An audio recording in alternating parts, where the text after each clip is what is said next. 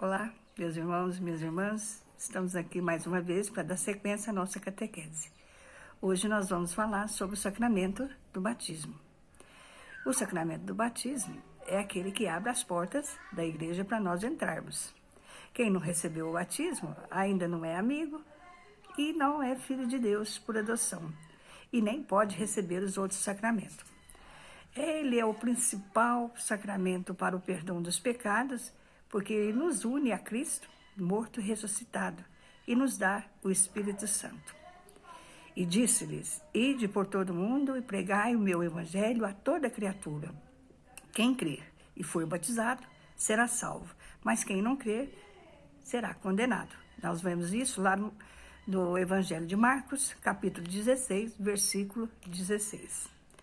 O autor do sacramento do batismo é o próprio Jesus Cristo. Nós podemos ver que os sacramentos, eles não são inventados, eles são criados pelo próprio Jesus Cristo. Isso a gente vai ver lá em Marcos, capítulo 28, versículo de 16 a 20. A igreja, ela não quer que alguém morra sem ser batizado. O batismo é essencial para a nossa salvação, mas não garante o céu só porque a gente foi batizado, mas ele exige uma resposta do batizado durante toda a sua vida. Que resposta seria essa? É a gente estar dentro da igreja, né? Seguindo os ensinamentos de Jesus, participando das coisas de Deus. Ser batizado é nascer para uma vida nova, é viver uma vida nova, é nascer para uma vida nova e viver para uma vida nova. É deixar-se guiar pelo Espírito Santo, é converter-se continuamente, todos os dias. É participar da vida de fé da comunidade. É tornar-se testemunha do amor, da fraternidade, da verdade e da justiça. No batismo, nós recebemos o dom da fé.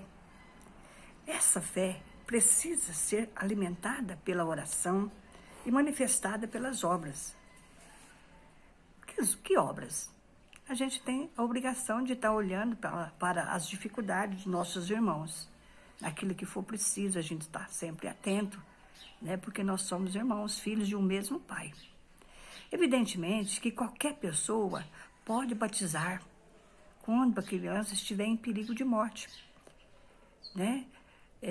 Muitas vezes as pessoas não têm como trazer para a igreja para ser batizada, às vezes mora na roça, às vezes a criança nasce lá no hospital com um probleminha, já está doentinho. Então, médicos, enfermeiros, qualquer pessoa pode batizar essa criança. Basta usar a água, que é um símbolo usado, né, para purificação. A água significa purificar. Então, pode usar um pouquinho de água, né? Põe um pouquinho de água na cabeça do bebê, em nome do Pai, mais um pouquinho em nome do Filho, mais um pouquinho em nome do Espírito Santo, e a criança já está batizada. Caso essa criança sobreviva, depois ela faz esse complemento, né? Ela traz para a igreja e o padre complementa esse batizado. Na Bíblia, nós temos muita passagem a respeito do batismo. Se a gente verificar lá em Atos, capítulo 8, versículo 38, vai falar sobre o batismo. Em Atos também, capítulo 16, versículo de 31 a 33.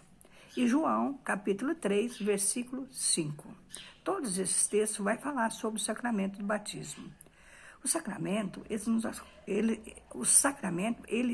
eles nos acompanham até a morte, né? Como a gente já foi falado aqui. Nascemos para uma vida natural, filho do papai e da mamãe, e renascemos para uma vida espiritual.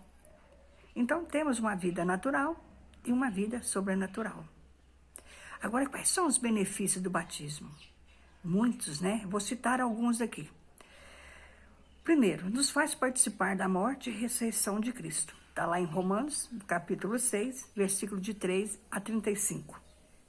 Segundo, é um renascer de novo no Espírito Santo. Está lá em Tiago, capítulo 3, versículo 5. É ser libertado dos pecados. Está lá em Atos, capítulo 2, versículo 38. É tornar-se membro de Jesus Cristo. Está lá em Coríntios, capítulo 12, versículo 27.